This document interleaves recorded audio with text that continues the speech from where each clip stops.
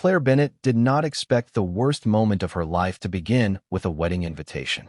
It arrived on a Thursday afternoon tucked between grocery coupons and a credit card bill she had been avoiding for weeks.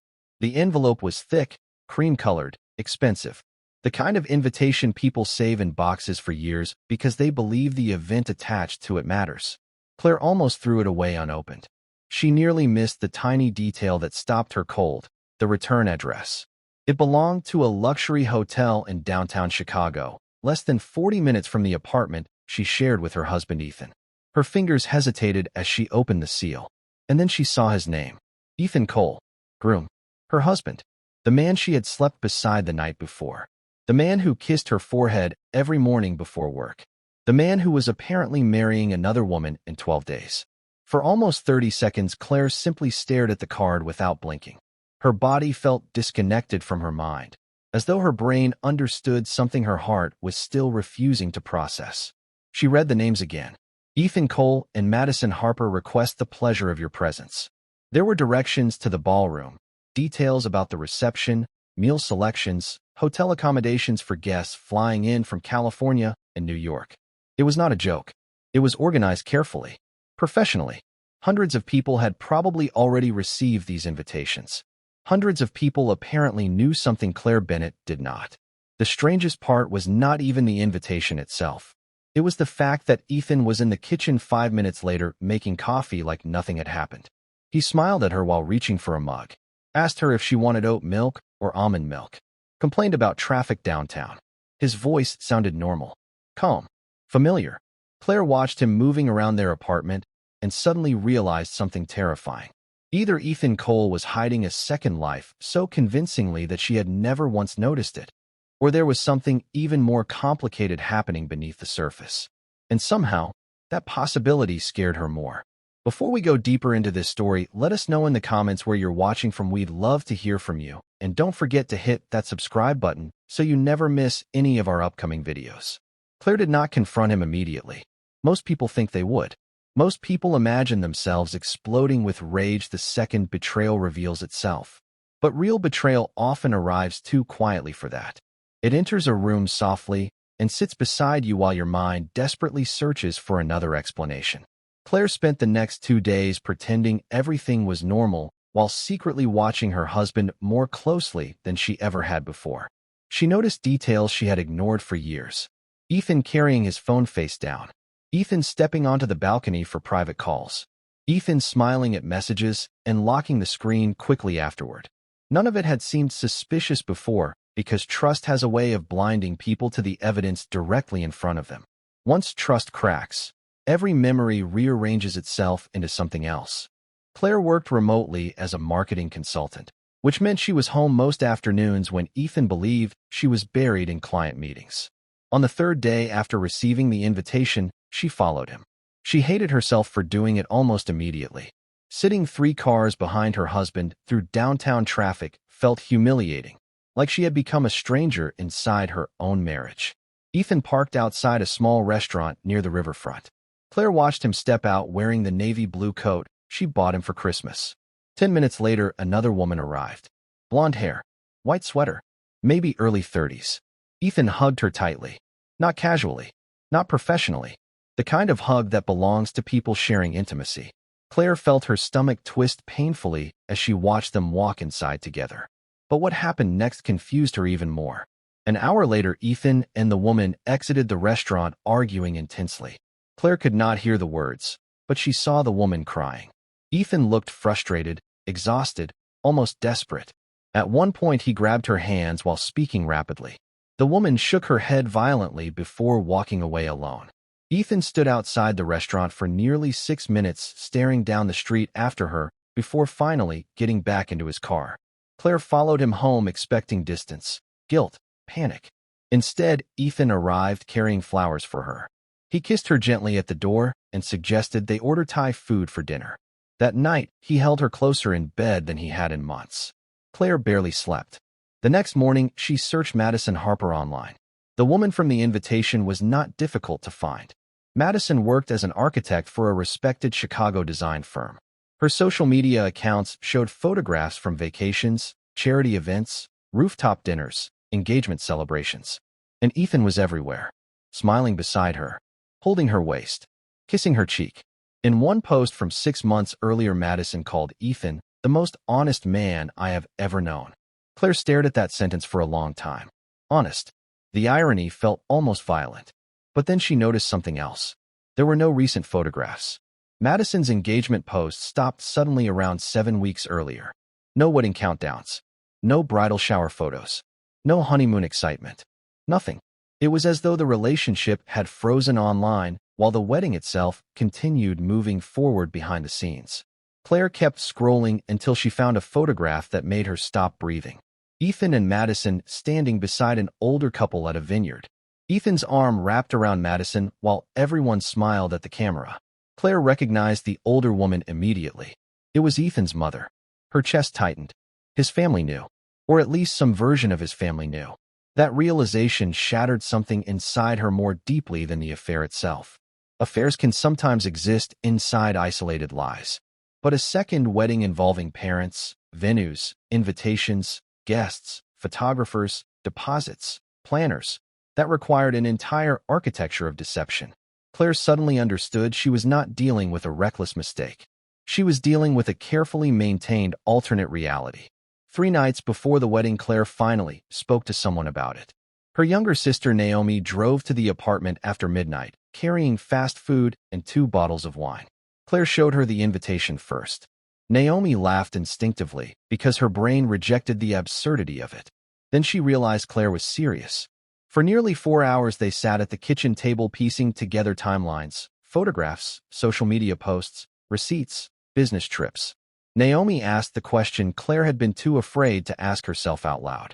What if he's legally married to someone else too? Claire felt physically ill hearing the possibility spoken aloud. The next morning, she searched public records. And that was when the story became even stranger. There was no marriage license application between Ethan Cole and Madison Harper. None. The venue was real. The invitations were real. The engagement appeared real. But legally, no wedding paperwork existed. Claire searched repeatedly, thinking she had missed something. Nothing appeared. No filing. No records. No application pending. Which meant one of 2 things was true. Either Ethan planned to stage an entire fake wedding ceremony without legally marrying Madison, or he intended to disappear before the paperwork stage entirely. Claire no longer knew which possibility was worse. Over the following week, she uncovered pieces of Ethan's life she never knew existed. Secret bank transfers. Hotel reservations. A second apartment leased under his middle name across the city. But there were also details that did not fit the image of a typical cheating husband. Ethan had taken out large personal loans recently. Nearly $80,000 in debt had accumulated over 14 months. Claire discovered repeated payments to a medical facility in Boston. She found late-night searches on his laptop about terminal illness survival rates and experimental treatment programs. None of it made sense together. Not the wedding. Not the lies. Not the money. And then, 48 hours before the ceremony, Claire received a phone call from Madison Harper herself. Claire almost did not answer. Madison's voice trembled the moment Claire picked up. There was no anger in it. No accusation. Only fear. She asked a single question. How long have you been married to Ethan? Silence swallowed the line afterward. Claire realized instantly that Madison had not known either. For nearly 2 hours, the 2 women compared timelines, photographs, stories, promises. Ethan had met Madison 3 years earlier during a charity fundraiser while still fully married to Claire. He told Madison he was divorced, claimed his ex-wife had moved overseas after their separation. He introduced Madison to family members, friends, colleagues. Entire sections of his life had been carefully compartmentalized. But Madison had discovered something suspicious the week before after finding medical documents hidden in Ethan's apartment. When she confronted him, he disappeared for 2 days. Then the wedding invitation accidentally reached Claire because Ethan used an outdated shared mailing list connected to an old financial account. A mistake. One tiny administrative mistake had collapsed an entire double life. But the truth neither woman expected arrived later that same night. Madison sent Claire copies of the medical records she found. Ethan was dying. Stage 4 pancreatic cancer. Average survival rate after diagnosis. Less than a year. Claire sat frozen at her dining table reading the scans repeatedly while her chest tightened painfully. Suddenly the loans made sense. The strange emotional behavior made sense. The desperate argument outside the restaurant made sense. Ethan had been living two separate romantic lives while quietly planning for death in the background. Neither woman understood why, until Madison revealed one final detail. Ethan had recently updated his life insurance policies. Both women were beneficiaries. For the first time since this nightmare began, Claire understood what she was really looking at. Ethan had not been building two lives for pleasure alone. He had been constructing two futures after his death. Financial futures, emotional futures, perhaps even redemption. Somewhere inside his mind, he believed he could keep both women protected without either one discovering the other before he was gone. It was dishonest, manipulative, deeply selfish, but suddenly it no longer looked entirely cruel. It looked desperate. The wedding day arrived cold and gray over downtown Chicago. Claire sat alone in her car across from the hotel ballroom entrance, watching guests arrive in expensive coats and formal dresses. None of them knew the truth. They walked into the building carrying wrapped gifts and smiling politely, while an entire emotional catastrophe waited upstairs. Claire could have exposed everything publicly before the ceremony began. Part of her wanted to. Part of her wanted Ethan humiliated in front of every single person he lied to. But another part of her needed answers more than revenge. So she walked inside quietly and took a seat in the back row. The ballroom looked beautiful. White roses lined the aisle.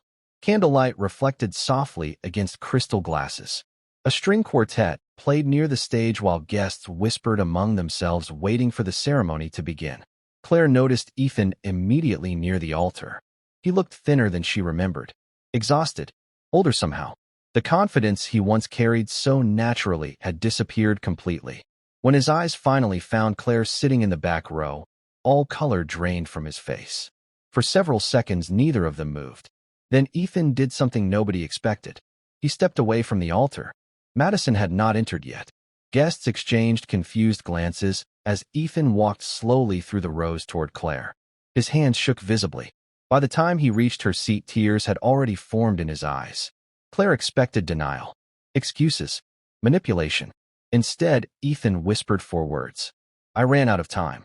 That sentence stayed with Claire long after everything ended, because suddenly she understood the tragedy beneath the betrayal. Ethan did love her once. Claire believed that. And somehow, against all logic, he also loved Madison. But instead of confronting the collapse of his marriage honestly before beginning another relationship, he tried constructing a fantasy where nobody lost. A fantasy where he could die before consequences arrived. A fantasy where secrets would remain buried long enough for everyone to remember him kindly. But secrets rarely stay buried, especially the ones people build entire lives around. Madison entered the ballroom moments later and immediately understood what had happened. She saw Claire, saw Ethan standing beside her, saw the expressions on their faces. The room grew painfully quiet. One by one, guests sensed something was wrong, though nobody yet understood exactly what.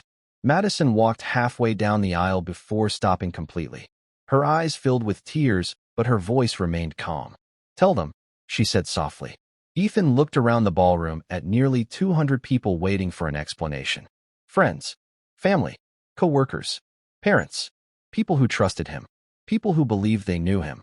For almost a minute he said nothing. Then finally, with visible shame breaking across his face, Ethan confessed everything. Not every detail, but enough. Enough for gasps to ripple across the room. Enough for his mother to begin crying quietly in the front row. Enough for guests to lower their heads uncomfortably while the reality settled over the ballroom like heavy smoke. Claire watched the performance of Ethan Cole collapse in real time. The charming husband, the devoted fiancé, the successful professional carefully balancing two emotional worlds. It all disappeared within minutes once the truth finally entered the room openly. And strangely, once it happened, Claire felt less anger than she expected. Mostly sadness. Because betrayal rarely destroys only trust. It destroys the version of reality people believe they were living inside. The wedding never happened. Guests left slowly, whispering among themselves while hotel staff quietly cleared untouched champagne glasses from the reception hall. Madison disappeared through a side exit with her sister beside her. Claire remained behind only long enough for Ethan to ask if they could speak privately one last time. They sat together in an empty conference room overlooking the city skyline. Ethan looked exhausted beyond words, not only physically, emotionally, like a man crushed beneath the weight of his own decisions. Claire asked him the question that mattered most. Why didn't you just tell me the truth? Ethan stared out the window for a long time before answering. Because once I did, I had to become the bad guy in everyone's story. That answer haunted Claire for months afterward because it carried an uncomfortable truth about human nature. Many people do not lie because they enjoy deception. They lie because they fear the identity that honesty will force them to accept. Ethan could not face becoming the husband who failed his marriage. He could not face becoming the dying man abandoned by everyone he loved. So instead, he kept performing different versions of himself for different audiences, hoping somehow the performances would survive longer than reality. But reality always catches up eventually. Ethan died 8 months later. Claire attended the funeral quietly near the back beside people who never fully understood the complicated emotional wreckage he left behind. Madison attended too. The two women spoke only briefly afterward, but there was strange understanding between them now. Neither woman had won. Neither woman had entirely lost either. They were simply two people pulled into the orbit of someone who made fearful choices while running from mortality. Years later, Claire would still think about that wedding invitation sometimes. About how close she came to throwing it away unopened. About how entire lives can rest on tiny accidents. One envelope. One outdated mailing address. One mistake exposing years of carefully managed lies. And maybe that is the most unsettling part of all this. Not that Ethan managed to live 2 separate lives for years, but that so many people around him accepted the versions of him they were given without ever questioning whether another version existed somewhere else entirely. Because the truth is, every relationship contains unseen corners, hidden fears, quiet performances, stories people tell themselves to avoid harder conversations. Most of the time, those performances survive because life never pressures them hard enough to crack. But sometimes life does apply pressure. Sometimes secrets collide unexpectedly. And when they do, people finally meet each other fully for the first time, even if it happens far too late. If this story made you think about trust, relationships, secrets, or someone in your own life, let us know your thoughts down in the comments. And before you leave, tell us where you're watching from. We read every single comment. And if you haven't subscribed yet, now is the perfect time so you never miss any of our upcoming stories.